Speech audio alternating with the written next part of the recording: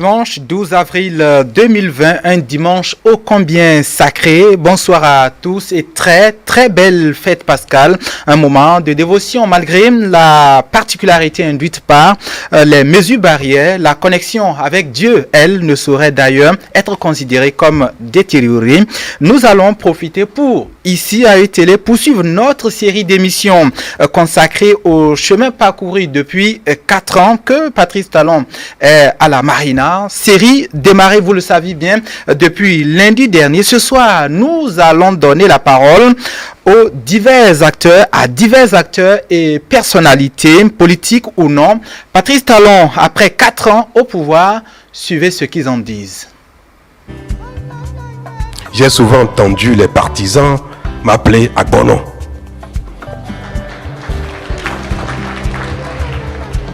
Cela m'amusait beaucoup et me complexait aussi un petit peu. À un moment donné, je commençais à dire, mais ne dites pas ça, ne m'appelez pas Agbono parce que vous allez émousser à moi l'ardeur avant l'œuvre.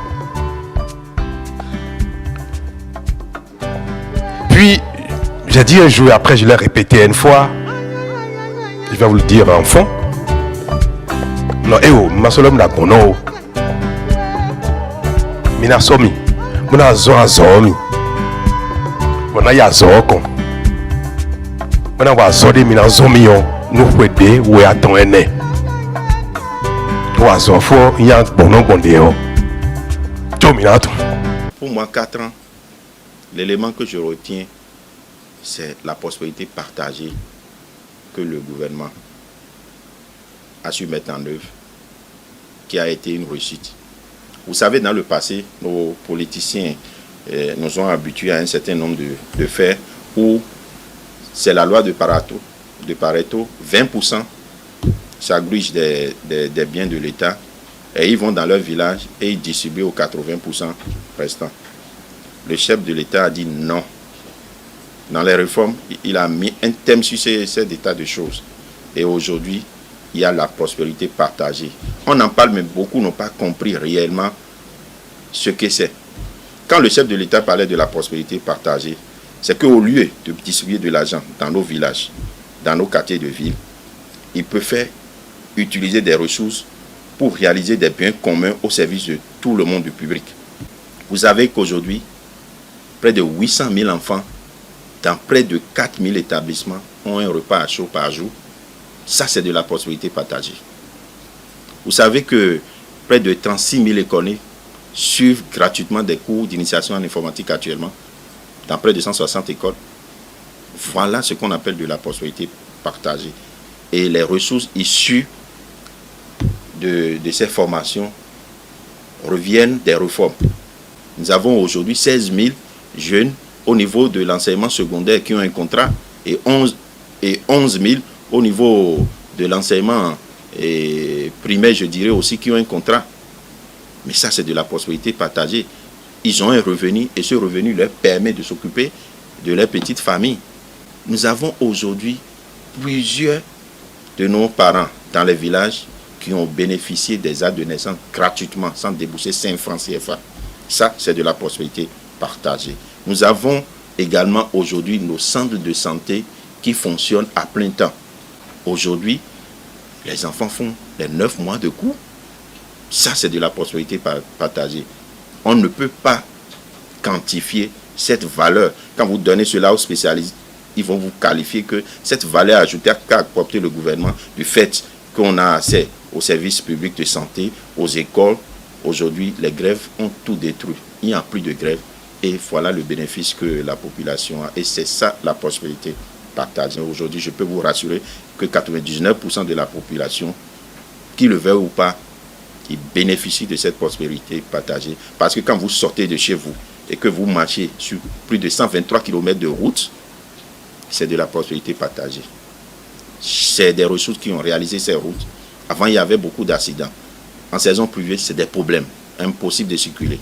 Aujourd'hui, grâce à ces kilomètres de voies d'accès bitumés et réalisés, et plusieurs d'autres qui sont encore en cours de réalisation, nous pouvons dire félicitations au chef de l'État, félicitations au gouvernement. Vous savez, sur les 4 ans, que le gouvernement essaie chaque année d'augmenter les fonds FADER de plus de 30%. Mais c'est des trucs qui ne se disent pas, mais qui se font. C'est de la prospérité partagée en ce sens que les collectivités locales trouvent aujourd'hui des moyens pour gérer à mieux leurs communes. Je voudrais très honnêtement dire de façon consciente, en tant que citoyen, reconnaître que dans l'ensemble, il faut apprécier ce qui est fait. En 4 ans, tout au départ, au moment où il lançait son programme d'action de gouvernement, le PAG, il y avait eu suffisamment de commentaires. Et vu le pays, la crise dans laquelle le pays sortait, ou la situation, du moins, du pays au moment où il prenait cette nation, personne, bien évidemment, qu'on soit politicien, qu'on soit politique ou simple citoyen, il y avait eu des doutes, de penser qu'il pouvait être à la hauteur. Mais il a surpris, de mon point de vue, tout le monde. D'abord à travers son calme limpide, à travers sa détermination, à travers sa bonne volonté. Lorsqu'il rassurait à chaque moment où il a l'occasion de dire au peuple, attendez, attendez, soyez patients, nous allons franchir certaines étapes dures, certaines périodes dures, mais finalement, vous ne finirez qu'applaudir pour vous rassurer qu'aussi le social désormais va être à la porte de chacun. Je crois qu'il a raison. Quand on prend le domaine de la santé, quand on prend le domaine des infrastructures, quand on prend le domaine de l'éducation, quand on prend le domaine de l'assainissement et de l'eau, quand on prend le domaine de l'environnement, le domaine juridique, il a su calmement cerner et a opéré des changements qualitatifs à tous les niveaux. La preuve, il a agi l'infrastructure, du moins routière aujourd'hui, ça c'est parlant. C'est parlant, on ne va plus convaincre quelqu'un à dire le président est bon, il est ci, il est ça. Non, c'est parlant, c'est visible, c'est palpable, c'est tangible, c'est réel. Et c'est là, les réformes opérées ici et là, et même sur le plan politique, de jour en jour, nous commençons par nous rendre compte qu'il y a eu un assainissement. Et tout ceci réuni, sûrement, va donner une opportunité réelle au décollage de notre pays, pour son développement, qu'on entend si tant. Donc, moi, je voudrais dire que le président de la République n'a pas échoué. Il n'a pas échoué. Qu'il choisit de dire « je ne remplis plus aujourd'hui », son passage va être gravé dans les annales. Le président Patrice Talon nous étonne. Même nous, qui avons au départ déjà couru pour qu'il vienne là, il nous étonne parce que on ne savait pas qu'il allait faire autant qu'il est en train de faire aujourd'hui. Patrice Talon est dit cotonnier. Donc, personne, sauf nous, personne ne s'attendait à ce que il devienne un président révélé et révélateur. Révélé parce que on ne s'attendait pas à ça. On ne le voyait pas là. Moi, je me demande, mais où est-ce qu'il trouve l'argent? Où est-ce qu'il a trouvé l'argent pour revoir complètement l'aéroport? Et c'est encore en cours de réalisation. Alors que nous avons un autre aéroport, l'aéroport international de Gros-Djibé, pour lequel il se bat pour sa réalisation. Je n'ai jamais su que du rond-point Erevan à la présidence jusqu'à la loterie, il pouvait avoir autant de routes, parlons pas de voies, de routes pour que tout le monde me comprenne. Autant de routes ensemble. Quand il a commencé, on dit, mais où est-ce qu'il a trouvé la place? Où est-ce qu'il va trouver la place pour mettre telle route? On dit 2 fois 2. Où est-ce qu'il va trouver? On dit 4 fois 2. Où est-ce qu'il va trouver la place? La place existait depuis. Et c'est lui qui a vu, depuis 1960, c'est le premier fils du Bénin qui a vu qu'on pouvait faire 4 fois 2 sur ce tronçon-là, la Marina. Depuis 1960. Non, quand même. Et mieux. Et vous voulez dire que on va laisser celui-là partir? Il ne bougera pas. Il ne bougera pas. Il peut sauter. Rien ne lui arrivera. Il ne bougera pas. Il y a d'autres voies à faire. Mais le système partisan qui lui crie, ce système a permis d'avoir moins de partis aujourd'hui qu'hier. Et de plus en plus, les partis vont se réduire jusqu'à ce que peut-être on ait 2, 3 ou au maximum 4, 5. Donc ça veut dire que l'espace politique au Bénin aujourd'hui se rend de plus en plus clair. Et c'est grâce à Patrice Talon. C'est vrai que depuis qu'il est arrivé, on ne voit plus les femmes acclamer pour prendre 2000 ou 1000.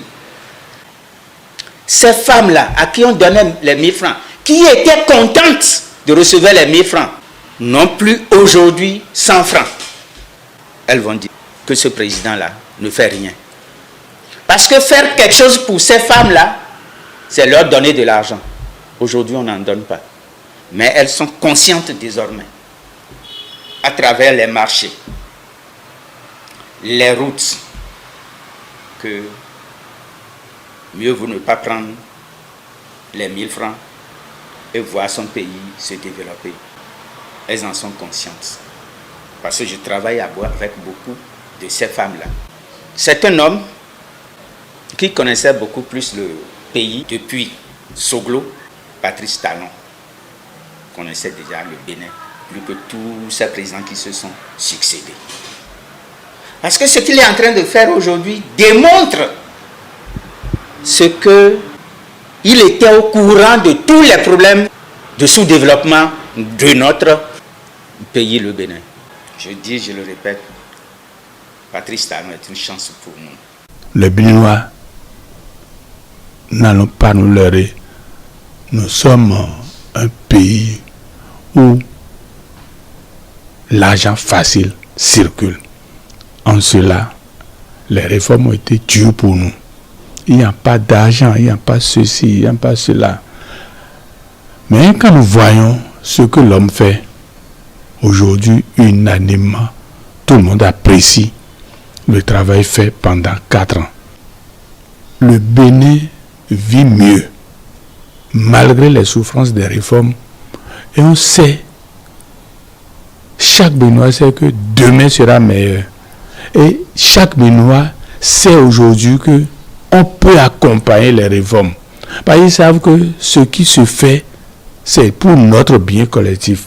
Ce n'est plus pour le bien individuel. Nous étions tellement ancrés dans le bien individuel, l'intérêt individuel, que nous n'avions pas apprécié si tôt les réformes.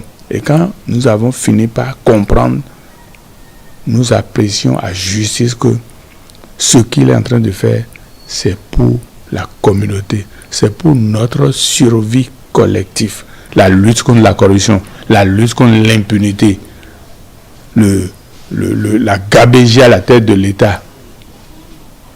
Nous allons empêcher tout ça. C'est notre actif. Nous allons en train de révolutionner le peuple béninois. Nous allons en train de révolutionner la mentalité des Béninois. Et nous voyons que la gestion du bien public doit être faite avec beaucoup de sagesse. Aujourd'hui, je crois que la fierté est pour nous tous d'avoir à la tête de ce pays un président qui peut faire autant de prouesses en un temps record, un temps très court. Regardez les ponts, le pont de Womé qu'on a été annoncé, dont on a été lancé les travaux à 3 reprises. Il est venu, il est resté dans 4 murs et ça a été fait en un temps record. L'hôpital d'Alada, ça a été lancé à 2 reprises, ça n'a pas été fait. Il est venu, il est resté en 4 murs et ça a été fait. Ça, c'est du concret. Ceux qui parlaient en temps de gouvernement maquette, aujourd'hui, ils auront la honte de voir que les maquettes ont été transformées en des infrastructures réalisées concrètement sur le terrain, visibles, palpables et qui portent l'admiration, qui suscitent l'admiration de tout le peuple béninois. Donc, c'est un gouvernement qui vraiment impacte positivement la conscience de tout le peuple béninois. Nous sommes conscients que si ça continue comme ça, le Bénin sortira du sous-développement. Les travaux routiers liés à l'asphaltage qui est en train de se dérouler dans plusieurs communes de notre pays, ce qui n'a jamais été le cas par le passé, qui comporte un budget de près de 900 milliards de francs CFA, si mes données sont exactes. Voilà beaucoup de choses qui se font déjà dans ce domaine parce que nous savons qu'il n'y a pas de développement sans les infrastructures routières. L'eau, c'est la vie, de surcroît l'eau potable. Et je note aujourd'hui, au travers du PRG, le renforcement du système alimentaire en eau potable. Et ceci dans plusieurs communes de notre pays, à savoir par exemple le Zou, près de 30 milliards, les collines 50 milliards, Parakou près de 20 milliards. Et notons que l'eau est déjà aussi à Kouafa, à Natitengu. Le problème en termes de qu'est-ce que son Excellence le Président Patrice Talon a fait de bien, nous allons commencer par rendre grâce à Dieu. Tout ce qu'il a fait au Bénin. Et je dirais que l'arrivée du chef de l'État, son Excellence Monsieur le Président Patrice Talon, est une opportunité pour ce pays.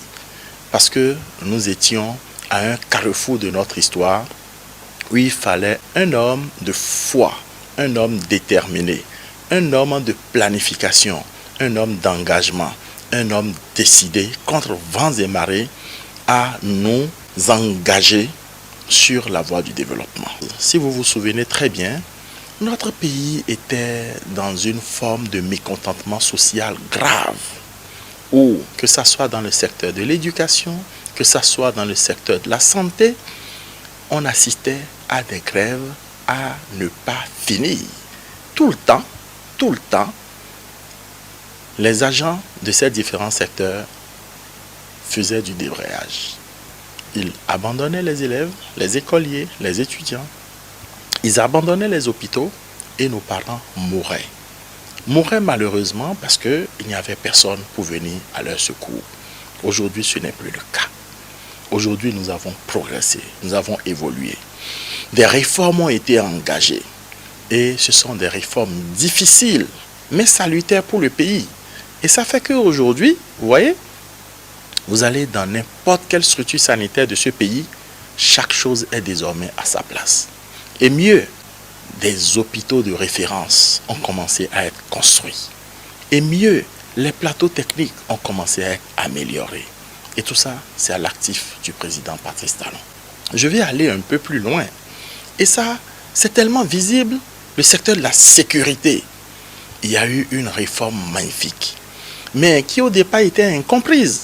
Tout le monde se disait, est-ce qu'on allait réussir à mettre gendarmerie et police ensemble? Qu'est-ce que ça allait donner? Aujourd'hui, le résultat, il est là. Et vous pouvez constater que les braquages ont nettement diminué. Vous pouvez circuler dans notre pays, le Bénin, du nord au sud, de l'est à l'ouest, sans être confronté au risque de tomber dans une embuscade au kilomètre qui suit. Et tout ça, c'est à l'actif du président Talon.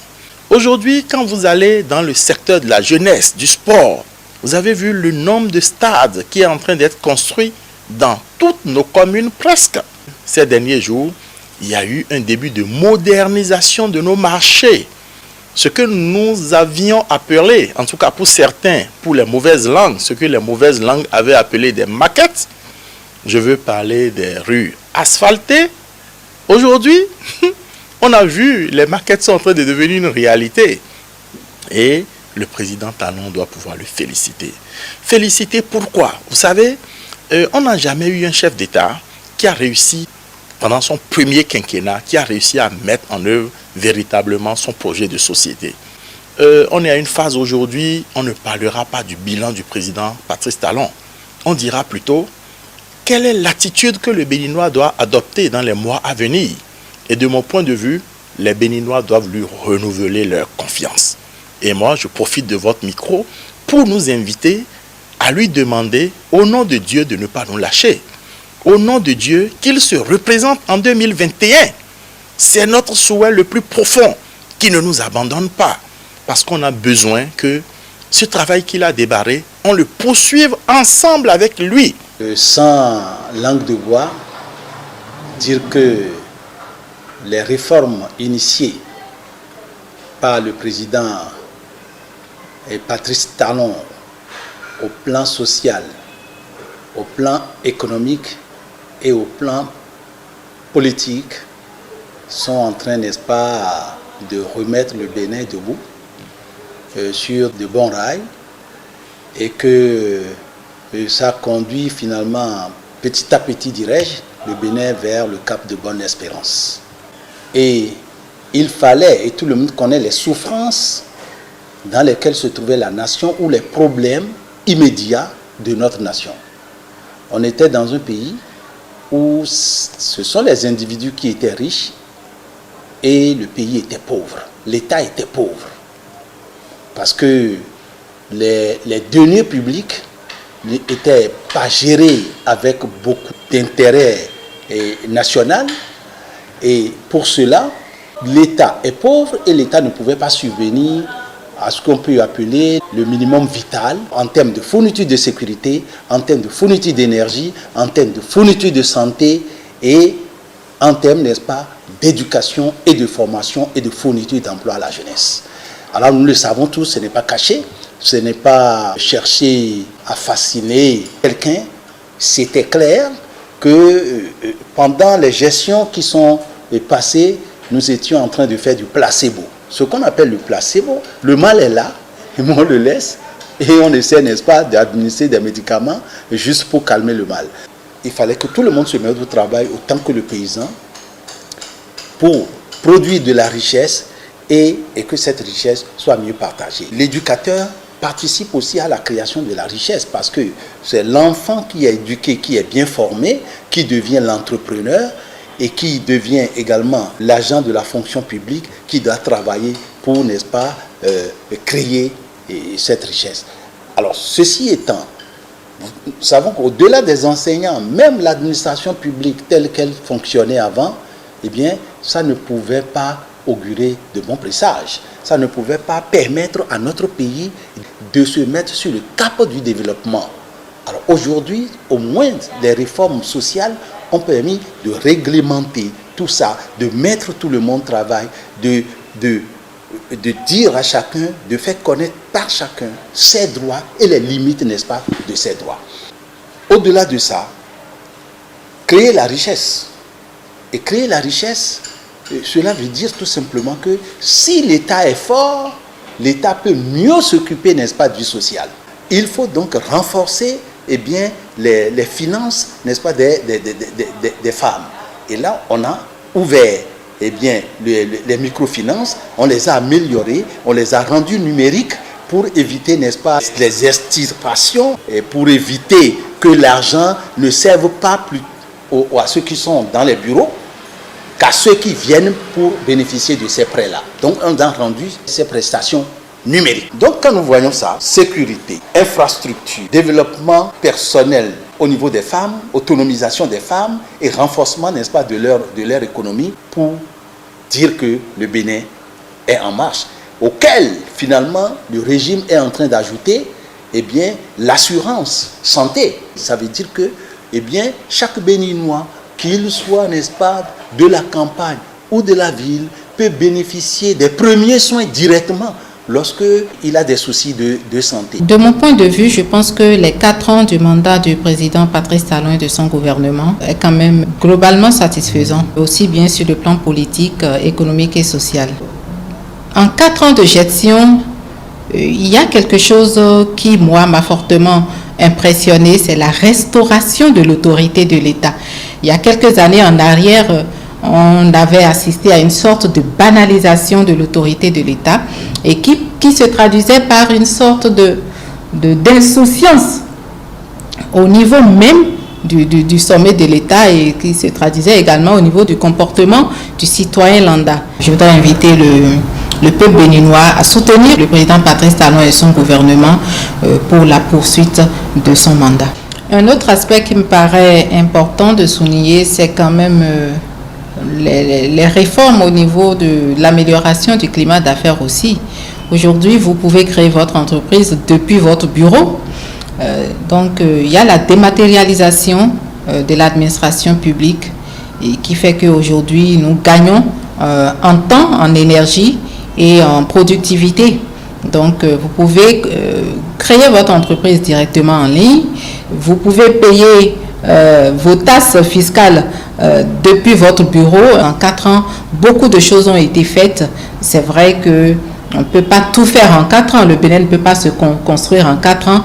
Mais nous avons un chef d'État qui a de l'ambition, qui a de la vision et qui a un leadership qui lui permet d'insuffler une sorte de dynamisme assez positif à tout son gouvernement. Et nous, en tant que citoyens, nous devons de les encourager et surtout de les accompagner. Vous savez qu'il a dit au début de son mandat qu'il rêvait d'être porté en triomphe. Et certains ou d'aucuns avaient vu cela comme une rêvasserie. Mais aujourd'hui, est-ce qu'on peut le dire? Je dis déjà qu'on pressent déjà qu'il serait probablement porté en triomphe, vu que le programme d'action du gouvernement qu'il a mis du temps à concocter, à peaufiner, qu'il a mis du temps à lancer concrètement, a fait que des gens ont critiqué beaucoup la lenteur. On dit 2 ans et demi, vers 3 ans après, nous n'avons rien à nous mettre sous la dent. Il a échoué, il n'a qu'à quitter le pouvoir. Je disais, ça c'est des méthodes de manager, moi j'y crois. Les autres pays, quand nous voyageons, nous entendons déjà, j'en félicite le Bénin pour ce qui est en train d'être fait sous Patrice Talon, où on est en train de transformer notre cadre de vie. Vous prenez le domaine de l'eau, qui est la source de vie. Vous voyez, un projet de près de 500 milliards pour donner de l'eau à tous les villages du Bénin. Ce projet est en cours du nord au sud. Quand vous commencez les montagnes de Dassa, où personne ne pouvait rêver qu'on puisse faire jaillir de l'eau, vivre de là, les populations là-bas ont de l'eau. Du nord, la Takora, un peu partout. Et tous les villages auront de l'eau potable. Tous les chantiers qui sont ouverts, ce n'est pas dit qu'en 1 an, à la fin du quinquennat de Patrice Talon, tout sera fini. Non, pas du tout. Il y a des projets qui sont des projets pluriannuels qui enjambent plusieurs années. Mais il y a certains qui sont prévus pour finir en fin 2020. Il y en a qui sont prévus pour fin 2021. Il y en a pour 2023. Ça continue. L'État est une continuité. Si c'est Patrice Talon qui revenait, il allait continuer. Mais si ce n'était pas lui, quel que soit le Béninois qui reviendrait, il allait continuer donc ce chantier pour les boucler au grand bonheur du peuple béninois. En fin de compte, on dira que le bilan est hautement positif. Ce n'est pas parce que je suis mouvancier que je le dis. Je le dis parce que les aveugles même voient. Les sourds même sont en train d'entendre. Tout le monde voit dans le pays qu'il y a de l'évolution. Lorsque nous faisons un retour vers son projet de société, nous constatons que le projet de société est suivi scrupuleusement. C'est même beaucoup plus corrigé encore. Du point de vue énergétique, vous avez vu, avant que le président Patrice Talon ne prenne le pouvoir dans ce pays, vous savez dans quelle situation le Bénin était du point de vue énergétique. Les efforts étaient louables. Et aujourd'hui, le Bénin est en train d'être beaucoup plus indépendant en ce qui concerne la gestion énergétique. Tout le pays est en train de constater que les choses changent. C'est seulement la rigueur du président Talon au service de la gouvernance de notre pays qui fait mal à certains. Mais pour avancer, il faut de la rigueur. Rigueur envers soi-même et rigueur envers les autres. Chaque président, depuis 1960, faisait ce qu'on appelle l'à peu près, l'approximatif si vous préférez. Mais c'est pour la première fois que le Bénin est réellement en construction de manière organisée. D'où le nom de la rupture, d'où le nom de la construction, d'où le nom du Bénin révélé. Prenez secteur par secteur. Quand vous prenez le secteur le plus important, l'éducation, par exemple, vous constaterez que tout est pensé pour permettre à notre système éducatif d'être désormais une réalité qui tient compte de la réalité de notre pays. L'enseignement, les formateurs. Il y a un constat qui a été fait, et fort de ce constat, le Bénin, ou du moins, je dirais, le gouvernement actuel, dirigé par le président Patrice Talon, fait en sorte pour que notre enseignement puisse correspondre à ce qu'on appelle le développement du Bénin à travers le concept même de ce qui doit être le contenu de l'enseignement. Ça doit tenir compte aussi de nos formateurs. Ça doit tenir compte des conditions pour nos enfants d'étudier. Pourquoi? Parce que vous avez dû observer que pendant longtemps dans ce pays, tous ceux qui enseignaient n'étaient pas formés pour. Il en est de même des enfants.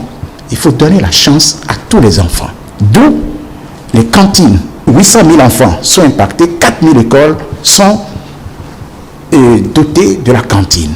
Mais il en est de même de la formation. Tous ceux-là qui n'ont pas eu la possibilité de continuer les études ou bien qui sont au niveau des artisans, mais ils suivent une formation aujourd'hui pour être au top. Et tout ça n'existait pas. Donc, c'est une réalité où le gouvernement de mon pays crée les conditions non seulement pour le développement, mais aussi pour l'amélioration des conditions de vie, les conditions de travail des uns et des autres. La réforme la plus capitale et la plus salutaire qu'aujourd'hui, moi je dénote, c'est la réforme du système partisan. À l'avènement du président Talon, le Bénin, mon pays, comptait tout au moins 200 partis politiques. Enfin, c'était de petits groupuscules électoraux qui se faisaient pompeusement appeler partis politiques, mais qui n'avaient rien de parti politique. Nous avons vécu des temps où nous allons à des élections législatives avec tout au moins une vingtaine de listes. Nous faisons des élections communales avec une trentaine au moins de listes. Il y a tellement de listes fallacieuses que de candidats qui ne sont candidats que de nom, parce qu'ils ne représentent que le nom d'eux-mêmes, parce que venant de partis ou de regroupements réellement inexistants. Dans le fond, on avait l'impression que c'était une on est dans un dynamisme démocratique. Mais ce n'est pas le cas. Ce n'est pas le cas. Nous sommes dans un statisme démocratique qui ne dit pas son nom. Au législatif dernier, c'est seulement 2 partis politiques qui sont. Sur le nombre de partis politiques qui ont déposé leur candidature, seulement 2 ont été retenus. De façon officielle aujourd'hui, c'est ces partis politiques qui sont retenus. C'est vrai que les partis non retenus, certains partis non retenus, projettent de saisir les instances pour se voir établis.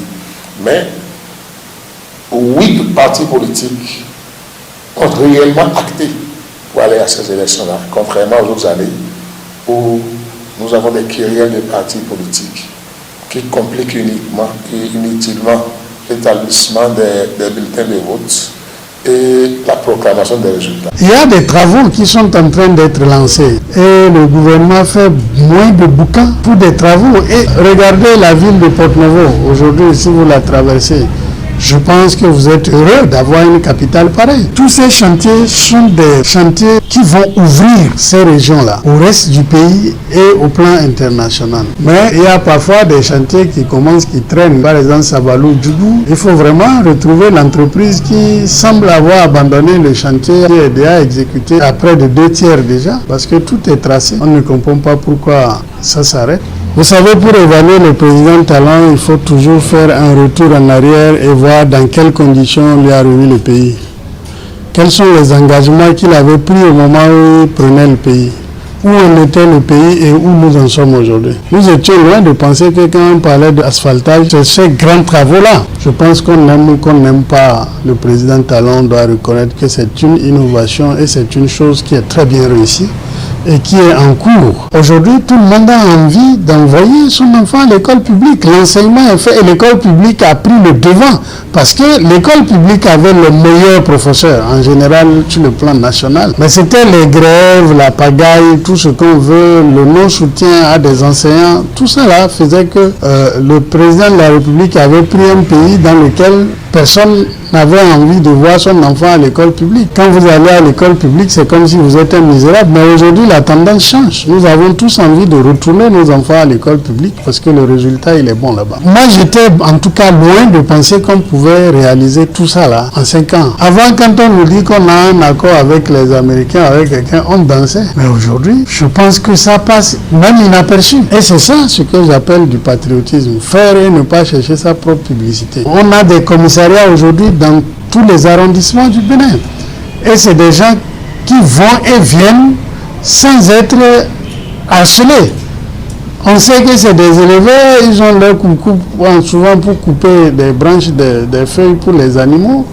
Mais avant, dès qu'on les voit, on dit qu'ils sont armés. Armes blanches, on les prend, on les torture, on les extorque de l'argent. Je pense qu'aujourd'hui, la joie est revenue. Il n'y a pas de raison qu'on change une équipe qui gagne. De toutes les façons, l'équipe gouvernementale qui est là doit continuer.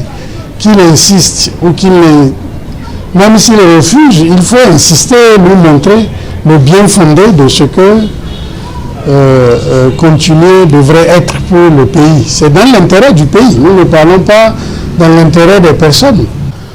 Ce que j'ai constaté, c'est qu'il n'est pas préoccupé ni par lui-même, ni par aujourd'hui. Il regarde le pays dans 50 ans où on sera. Il pose des questions, il essaie de trouver des solutions ensemble. Si bien que même ceux qui font la réforme politique, par exemple, payent le prix de la réforme qu'ils ont entreprise. Et il faut du courage pour y aller. Du point de vue du patriotisme béninois, de la contribution civique du Béninois, quelque chose a changé. Chacun commence par regarder loin. Et ça, c'est un point positif. Nous savons ce qui n'a pas été fait ou ce qui aurait pu être fait depuis 60 ans, depuis l'indépendance. Et aujourd'hui, alors qu'en 2016, le Bénin produisait 0 kW de sa consommation d'électricité, donc le Bénin ne produisait pas un seul, mais en tout cas mégawatt de sa consommation d'électricité. Aujourd'hui, nous produisons la moitié de nos besoins. C'est extraordinaire. Depuis 60 ans, depuis les indépendances, c'est la toute première fois qu'aujourd'hui nous produisons la moitié de nos besoins en termes d'énergie, d'électricité. Et il est prévu que nous ayons à 100% de nos besoins. C'est extraordinaire. Vous savez, j'ai fait une petite expérience la dernière fois. D'habitude, lorsqu'on atterrit la nuit à Cotonou, à l'aéroport, Cotonou est noir. De loin, on devine l'étoile rouge. Et c'est noir, c'est sombre. La dernière fois que j'ai atterri, c'était clair, c'était illuminé. C'est la toute première fois que je vis ça. Et je peux vous dire, je voyage depuis l'âge de 15 ans et je peux vous dire que ça m'a fait un choc lorsque, en descendant la semaine dernière sur Cotonou, j'ai vu que ma ville était illuminée. C'est extraordinaire. Et ça veut dire que tous les grands axes sont électrifiés et ça veut également dire que les ménages ont accès à l'électricité en quantité suffisante, en tout cas que l'énergie électrique est disponible afin que l'ensemble de la ville puisse s'éclairer en même temps. C'est extraordinaire. Et nous avons une phase pilote du projet H qui est déjà lancée où dans certaines communes, nos concitoyens peuvent aller à l'hôpital et se faire soigner gratuitement. Quand je prends le domaine de la corruption, aujourd'hui la lutte contre la corruption est une chose effective aujourd'hui et réelle au Bénin. Si vous allez aujourd'hui dans les administrations, ce n'est plus avec de l'argent qu'il faut avoir les services publics aujourd'hui. Moi, quand je prenais mon véhicule il y a 4 ans pour aller à Vautour, je ne pouvais pas rentrer à Vautour en période de pluie. En 2016, le président avait étalé son projet sur 5 ans, qu'on avait appelé en temps le PAG, le programme d'action du gouvernement. Et 4 ans après, je pense que ces projets qu'il avait institués sont en train d'être réalisés. Et dire aujourd'hui que tout ce qu'il a institué là va finir dans 1 an, ce serait être utopie. Donc je pense qu'un an ne suffit pas. Mais l'administration étant une continuité, on peut quand même continuer après 2021 les actions du chef de l'État actuel. Des micro-projets sur le volet social sont en train d'être développés. L'assistance à nos groupements de femmes dans les quartiers pour les activités génératrices de revenus. Sans tambour ni trompette, la population béninoise, c'est pour une fois qu'ils constatent que quelque chose est en train d'être fait, mais avec moins de communication. Ils se réveillent et ils viennent voir les choses. Ils voient des réalisations à côté d'eux sans que par semaine 2 à 3 ministres passent, 3 à 5 députés passent par semaine, le maire passe, y compris même le chef de l'État. Cette formule n'est plus d'actualité. Ça hérite même la population et on ne peut que dire au gouvernement et à son président, félicitations. Félicitations pour son sens d'humilité. Il est 1 an qui reste. Les Béninois attendent quoi du gouvernement? Nos braves mamans attendent quoi? Parce qu'ils avaient déjà des plis. Des plis où l'argent se distribuait sans retour. Si l'argent se distribue sans retour, comment ça va pouvoir se passer? On parle de microcrédit. Les microcrédits, vous avez vu comment ça s'est passé dans le passé. Aujourd'hui, on vous amène à comprendre que dès qu'on vous donne l'argent, il faut ramener. C'est le bon sens. Parce que c'est des contribuables qui ont cotisé pour que l'argent là vous soit donné. Il en est de même dans le domaine et dans le secteur du monde cinématographique, culturel et autres. En parlant des fonds d'aide, nous en savons quelque chose de tout ça. Comment ça se passait et comment les projets se montaient, comment l'argent se distribuait. Comment ces projets, plus ou moins, on voit les réalisations. Mais aujourd'hui, on te montre la voie qui doit pouvoir vous amener à faire réaliser ce projet, cette réalisation, afin que cela soit vendable chez toi et à l'extérieur. Et on vous sort des canevas de subventions et d'accompagnement et d'assistance technique. Le système qui est en place aujourd'hui est dans une formule de ne plus continuer à donner du poisson, mais plutôt apprendre les Béninois à pêcher. En matière de soins, l'hôpital de référence de Calavi, dont le financement a été entièrement bouclé, où d'ici à là vous allez voir les évacuations pour des petits soins, où on fait déplacer nos malades à des dizaines, à des centaines de millions pour enrichir des sociétés de voyage. Tout ça, c'est à l'actif du programme d'action du gouvernement. Les infrastructures ne sont pas des produits déplaçables. C'est pour la prospérité de la population. Et la première phase fait 200 et quelques kilomètres. C'est une première. Il n'y a pas photo, il n'y a pas match. La deuxième phase va s'entamer, suivie de la troisième phase. Ça va être l'apothéose.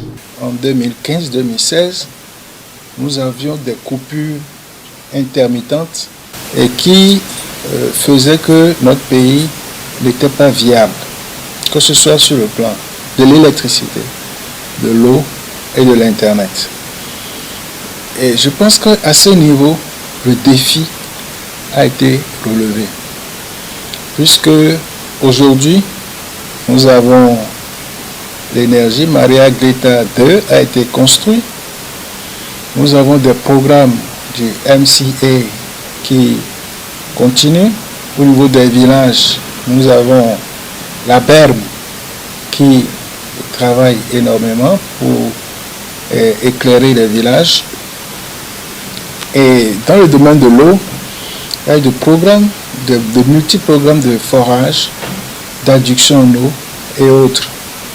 Et le plus spectaculaire, c'est dans le domaine donc, de l'Internet, avec la connexion du câble, le domaine de la construction. Et effectivement, nous, à la GT Bénin ici, c'est dans ce domaine que nous évoluons. Ce qui a été extrêmement surprenant, c'est qu'en moins de 4 ans, le gouvernement a fait le programme d'action du gouvernement, le PAG, et il a pratiquement mis en œuvre ce PAG auquel personne ne croyait. Nous ne pensions pas que cela allait aboutir, mais aujourd'hui, nous voyons le fruit de tout ce qui se passe aujourd'hui. Et ces fruits, c'est l'asphaltage. Donc toutes ces voies asphaltées et pavées, et ça fait plaisir donc, de rouler aujourd'hui dans la ville de Cotonou. Dans ce secteur du tourisme, vous avez vu, comme moi, le développement d'un certain nombre d'infrastructures hôtelières. Un nouveau hôtel a été reconstruit. Benin Marina Hotel sera reconstruit. Il y a des hôtels dans le nord et surtout le parc que nous avons a été restauré. Un certain nombre de secteurs et cela se poursuit. La route des pêches que vous voyez, qui est une route qui avait démarré sous le régime du président Boni Yayi, a eu une consolidation de la part du gouvernement du président Talon. Et cette consolidation a eu pour conséquence donc de raffermir la chaussée. Et aujourd'hui, nous parlons de route des pêches 2 puisque le financement a été obtenu. Évidemment, l'agriculture avec le coton qui a été boosté. Avant, nous avions 250 000 tonnes par an. Aujourd'hui, avec les nouvelles réformes, avec la puissance de notre président, nous sommes en train d'atteindre pratiquement 800 000 tonnes. Donc, ce qui est une prouesse pour notre petit pays, le Bénin. Nous sommes pratiquement le meilleur producteur du coton. Nous, particulièrement ici, on est en train de développer un projet qui est un projet pour le maraîchage sur 27 communes du Bénin. Donc, c'est dans le même sens donc, du développement des activités de l'agriculture. Si nous devons faire le bilan des 4 ans de son Excellence le Président Talon en tête de notre cher pays, nous allons, à mon humble avis, nous allons dire le bilan est positif parce que sur plusieurs plans, il est arrivé à combler le vide. Comme aucune œuvre humaine n'est parfaite, il y a les pans sur lesquels les Béninois l'attendent et que les Béninois continuent d'espérer. Et nous savons, notre cher président n'apparaît pas trop à l'écran, mais il écoute ses compatriotes. Et ces pans, sur certains par la grâce divine, il y arrivera. Un président qui est vraiment méthodique, qui analyse correctement les situations, qui fait de très bonnes conceptions de projets, de programmes, un gouvernement qui, avec son chef, qui essaie d'enlever tout ce qui a comme handicap, de contourner les handicaps pour pouvoir atteindre les objectifs fixés. Un gouvernement audacieux, un gouvernement qui a de l'ambition pour le pays. Et en le disant, je vois tout ce qui a été réformé dans le pays, dans tous les secteurs, que ce soit le secteur primaire, secondaire, tertiaire, en parlant par exemple de la formation, de l'école, en parlant de l'agriculture, en parlant de l'économie, de l'administration, des transports. Et parlant des transports, qui est mon secteur d'activité, le transport, le secteur maritime et portuaire, je pense que c'est un gouvernement qui a compris que ce secteur est véritablement le moteur du développement d'un pays et du développement social d'une nation, et qui a pris les taureaux par les cornes à travers le PAG. Comme tous les Béninois le constatent aujourd'hui, les infrastructures routières sont réalisées ici et là, et tout le monde est content. Moi, je dirais en termes d'insuffisance que le pouvoir en place a un peu une défaillance de communication. Pour moi, c'est surtout cela. Et c'est en ce sens que le pouvoir a été mal compris par rapport à tout ce qui se développe depuis quelques années. Et je comprends quelque part, parce que c'est un principe, mais quand on est un pouvoir public, on doit communiquer, on doit partager, on doit partager sa vision avec le peuple pour appeler plus d'adhésion par rapport à ça. Mais comme je le disais, c'est un principe. On dit le bien ne fait pas du bruit et le bruit ne fait pas du bien. Et c'est fort de ces principes-là que le pouvoir en place, et précisément notre président, qui est un peu taciturne, ne communique pas sur tout ce qu'il fait et préfère être jugé au résultat.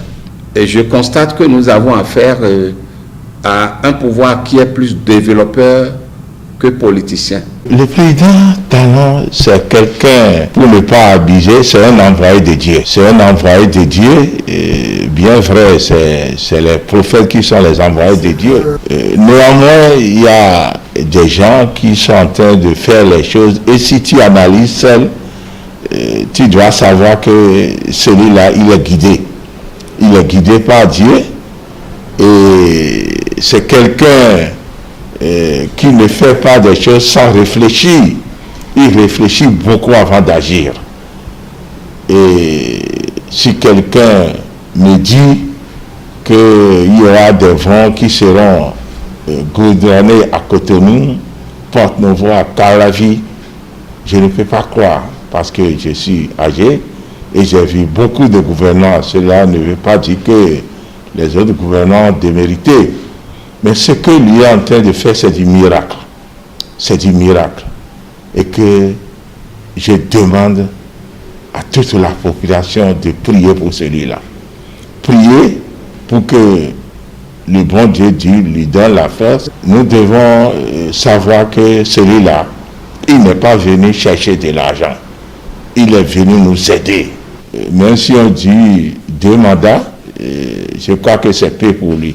Nous, on veut que tout ce qu'il est en train de faire, vraiment, que cela passe partout.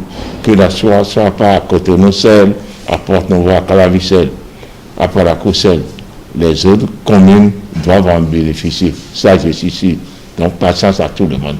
Je voudrais, en ma qualité de directeur du Centre national de sécurité routière, dire que 4 ans du programme d'action du gouvernement, du président Patrice Talon, c'est beaucoup de choses. Et ça a révélé beaucoup de potentialités au Bénin. Et vous n'êtes pas sans savoir que, à la prise du pouvoir du président Patrice Talon, il a été recommandé aux structures étatiques et au ministère d'arrimer les plans de travail annuels sur les axes stratégiques du PAG en termes de piliers. Nous savions très bien que beaucoup de réformes ont eu lieu au Bénin sous l'égide du président Patrice Talon, les réformes d'ordre administratif et institutionnel, les réformes d'ordre politique, les réformes procédurales. Dans le domaine politique, la réforme du système partisan, qui est une réforme énoncée par plusieurs candidats au Bénin devenus présidents, mais dans la mise en œuvre, il y a eu beaucoup de difficultés. Avec le président Tripartite Talon, vous aviez remarqué que non seulement au niveau des partis politiques, l'organisation est beaucoup plus précise en ce sens que n'est pas militant et qui veut, mais est militant celui qui a adhéré formellement et a rempli un certain nombre de conditions recommandées par les statuts. Au niveau du secteur de la santé, il y a eu également beaucoup de réformes. Au niveau des infrastructures et des transports, vous avez vu aujourd'hui la rénovation de nos routes, et qui s'organise surtout avec la prise en compte du programme asphaltage. Aujourd'hui, beaucoup de Béninois comprennent que ce qui avait été annoncé est en train d'être réalisé.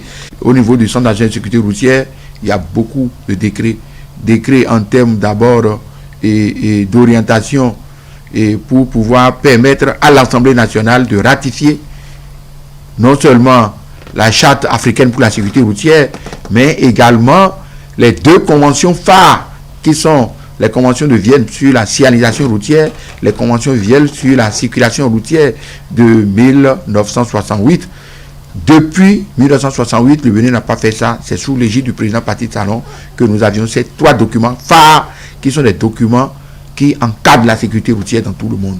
Désormais, c'est plus lisible. On lit avec beaucoup plus de clarté la démocratie, la vie politique dans notre pays, parce que nous sommes partis de plus de 200 partis, aujourd'hui à une dizaine de partis. Les échéances électorales se tiennent à bonne date. Le PAG, qui est le programme d'action du gouvernement, qui stipule les axes prioritaires pour le développement, lorsque vous prenez le PAG, lorsque vous le décortiquez, vous constatez que tout a démarré. Il y a une phase, n'est-ce pas, d'études qui a été consacrée aux études, mais qu'aujourd'hui, on a démarré. Aujourd'hui, le délestage, il est conjugué au passé. Quelques coupures peuvent intervenir, mais ce n'est plus le délestage, on a fini. On a fini avec ça. Les cantines scolaires, les enfants dans les localités les plus démunies, ces enfants-là, ils ont accès à la nourriture à la fin de l'heure. Et je pense que ça les motive et ça leur donne davantage envie d'étudier parce qu'ils ont déjà mangé. Et je crois que ça, nous devons saluer le chef de l'État et le féliciter pour ce qu'il est en train de faire. Il a 4 ans et pour ce qu'il a fait, je pense qu'il a battu des records déjà dans certains domaines. Et ça, il faut pouvoir le lui reconnaître. Il y a cette spécificité que le chef de l'État m'initie les chantiers, ne démarre les projets que lorsqu'on a mobilisé les fonds. Par rapport à cela, il n'y a aucune inquiétude. Il ne s'agit pas d'aller lancer les chantiers parce qu'on va crier le président au secours. Non, mais non, aujourd'hui, ce n'est pas ça. C'est-à-dire qu'il fallait mûrir les projets, il fallait faire les études appropriées. Tout cela, ça a pris du temps. Aujourd'hui, c'est parce que les fonds sont mobilisés que les chantiers sont ouverts. Par conséquent, ils seront à bon terme, qu'ils soient là ou pas, les chantiers vont connaître leur aboutissement. Aujourd'hui, nous observons dans le pays que l'autorité de l'État est totalement raffermie. Nous souhaitons que cela se poursuive comme cela et qu'il n'y ait pas d'autres facteurs, d'autres considérations qui feront baisser les bras. Et ça, c'est un gain important pour notre pays. Le développement est un processus qui commence déjà par beaucoup d'actions de base qui conduisent à un moment donné à l'expansion qui suppose un certain nombre de facteurs en marche. Et lorsque on est dans la durée, dans l'expansion, nous aboutissons à la croissance. Et la croissance, lorsqu'elle s'installe dans la durée, nous conduit au développement. Le développement est un processus qui commence par des actions qui s'inscrivent dans la durée, qui produisent des fruits. Ces fruits s'inscrivent dans la durée et ça conduit au développement. Donc, depuis 4 ans, nous avons observé que quelque chose est fait, que des chantiers sont en cours. Et mon souhait le plus grand, c'est que ces chantiers n'arrêtent jamais et qu'on puisse poursuivre et faire en sorte que tous ces chantiers aboutissent pour que, in fine, on n'ait pas des chantiers qui ont été commencés et qui n'aient pas été achevés. Mais ce qui est sûr, je n'ai pas l'assurance que tout ce qui est fait, c'est tellement important, c'est tellement grand, il y a beaucoup de chantiers qui sont ouverts en même temps. Je n'ai pas l'assurance qu'on puisse finir tous ces chantiers avant la fin du quinquennat du président Patrice Talon. De ce point de vue, eh bien, je ne m'attends pas à ce que tous les chantiers soient nécessairement bouclés avant la fin de son quinquennat. Mais nous souhaitons que, eh bien, les différents pouvoirs qui vont s'installer, eh bien, puissent continuer dans la même direction pour qu'à terme, nous puissions quand même être fiers d'être béninois. C'est une chance pour notre pays. Dès son arrivée, certains ne vendaient pas cher sa peau parce qu'on avait pensé que c'est un opérateur économique qui est venu à la tête du pays pour s'en mettre plein à la poche. Mais très tôt, nous qui avons cru à ce grand homme politique, je peux dire que nous avons pris l'option de l'accompagner. Le chef de l'État était pour nous un visionnaire, contrairement à ce que les gens avaient pensé. Nous, on savait que c'est un grand homme qui avait une vision pour notre pays. À travers les échanges que nous avons souvent eus avec lui, très tôt, il a décliné son programme d'action du gouvernement. Globalement, le chef de l'État, pour réussir son quinquennat, a engagé donc des réformes qui se sont opérées dans tous les secteurs d'activité du pays. Il a su très vite faire comprendre, surtout aux partenaires politiques et surtout aux partenaires sociaux, que si nous voulons le développement de cette nation, il faut que tout le monde y mette du sien. Et pas les partenaires sociaux, c'est surtout nos amis syndicalistes à qui il a fait comprendre que nous ne pouvons pas parler du développement de notre pays si nous allons tout le temps continuer à nous mettre en grève et qu'il fallait à un moment donné nous arrêter et faire avancer le pays. Ça a fait des grincements de dents, mais on était obligé de voter un certain nombre de lois pour mettre fin à des grèves intempestives qui bloquaient pratiquement le pays. Dans tous les secteurs, dans le domaine de la santé, dans le domaine de la justice et dans plusieurs domaines, dans le domaine de l'éducation. Aujourd'hui, vous avez compris qu'à travers le vote de ces lois, chacun a pris conscience que nous devons travailler. C'est pour ça que nous disons que le chef de l'État, Patrice Talon, est un homme de vision. Il a engagé aussi dans des réformes politiques majeures. Nous avons démarré très tôt avec la révision de la Constitution qui a été au début incompris par certains citoyens béninois. Et par deux fois, nous avons essayé de retirer ces projets donc, de révision constitutionnelle. Mais c'est un homme, quand il s'engage, il sait là où il va. Ça fait que, bon, il a reculé pour mieux sauter, puisque nous avons quand même aujourd'hui, vous avez compris que partant de près de 250 partis politiques majeurs pour le pays, 250 partis politiques, qui sont en fait des clubs électoraux, nous sommes arrivés aujourd'hui à former donc des grands ensembles politiques qui font la fierté de notre pays aujourd'hui. Et ces grands ensembles politiques ont permis aujourd'hui de procéder aussi facilement donc à des révisions, à la révision constitutionnelle, à des votes donc d'un certain nombre de lois, surtout la loi sur l'achat des partis politiques, la révision donc de la modification donc du code électoral. Et aujourd'hui, je crois que nous pouvons dire que le Bénin est sur un très très bon chemin. Je crois que si on devait le noter, nous allons dire, Monsieur le Président, bravo. Bravo et que vous avez une très bonne note. Je ne donnerai pas la note, mais pour moi, il a une très très bonne note.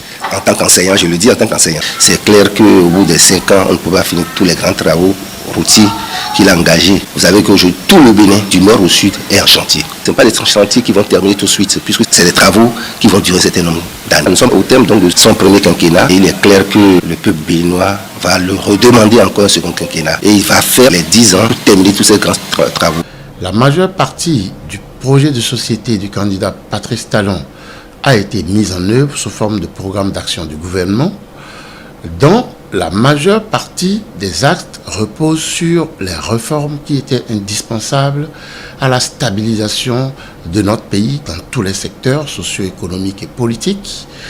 Et après les réformes, l'ouverture des grands chantiers qui vont faire de notre pays un pays en décollage, un pays qui va retrouver véritablement le chemin de la croissance et le chemin du développement, afin que les populations démunies puissent retrouver du sourire, parce que le bien-être et le mieux vivre va retrouver ses lettres de noblesse dans la société béninoise. Les chantiers ouverts un peu partout à travers le territoire sont en cours. Je l'ai dit tantôt, dans le secteur de la santé, des réformes profondes aussi ont été faites pour que désormais l'accès aux soins de santé soit universel pour toute la population béninoise. Vous savez, en matière de bilan, c'est le bilan même qui parle de lui-même. On n'a pas besoin d'être un agrégé de Sorbonne ou en Sciences Po ou bien en histoire pour savoir que aujourd'hui tout se passe bien. Parce que vous savez, on nous a appris à l'école que l'histoire, c'est le récit des événements passés. C'est ce qu'on nous a appris à l'école. Je pense que nous devons revisiter l'histoire politique de notre pays et nous devons conclure que vraiment le président Patrice Talon a reçu là où beaucoup ont échoué. Premièrement, la première des choses est que le président Talon a reçu à remettre les Béninois au travail. C'est très important. Il a appris aux Béninois qu'il faut mériter le fruit de son travail. Et il a fait dès les premières heures de son arrivée au pouvoir. Et je veux dire qu'il n'a pas perdu du temps. C'est très important. Ça là, c'est important, il faut le souligner. La deuxième chose qu'on peut relever dans la gouvernance du président Patrice Talon, c'est d'avoir dynamisé l'administration publique. Il a réussi à faire de l'administration publique un instrument au service du développement. Ça, c'est très important. À travers les réformes qu'il a opérées dans ce pays-là. Donc, les travailleurs servent réellement la cause de la nation et non des intérêts personnels, égoïstes, inavoués, inavouables. À ce niveau, il faut reconnaître que la lutte contre la corruption est devenue une réalité, ce n'est pas un vain mot. Vous quittez Cotonou pour Manaville, vous ne voyez pas les policiers, pourtant la sécurité est au point. C'est ça la bonne gouvernance. Ce qui a fait que notre pays a réalisé des performances sur le plan économique. J'avais pour preuve aujourd'hui le Bénin a une croissance de plus de 7% actuelle. Et aujourd'hui, le Bénin est cité comme un exemple au niveau de la sous-région et pourquoi pas même au niveau du monde entier. Sur le plan agricole, inutile de chercher à convaincre qui que ce soit. Les résultats sont là et tapent à l'œil. Donc, chers amis, journalistes, la production de coton a connu, quand vous prenez depuis 1960, et la maîtrise de ce secteur-là, on ne peut pas les comparer. Et ce qui est intéressant, et par le passé, c'est des centaines de milliards qu'on prend pour subventionner le coton. Aujourd'hui, sans subvention aucune, aujourd'hui, le coton est passé de plus de 150 000 à 700 000 tonnes. Ça là aussi, c'est quand même à l'actif du président Patrice Talon. Le président Patrice Talon est conscient que la recherche du Bénin, le développement du Bénin doit être basé sur l'agriculture. C'est très important. Quand vous prenez les pays comme la Côte d'Ivoire et consorts, le secret de leur richesse, de leur croissance, c'est l'agriculture. Donc le président Patrice Talon est prévoyant. Il a compris que, bon, après avoir gagné le combat du coton, il faut explorer d'autres pistes. Et c'est pour ça qu'il a commencé par vouloir développer les secteurs que je viens de citer. En termes de réalisation, je ne saurais occulter cette décision forte et historique que le président Talon a prise. Et il s'agit de la création des chefs-lieux de département. Et pendant longtemps, on a essayé de finaliser ce secteur-là. On n'a pas pu. D'autres chefs d'État ont tenté.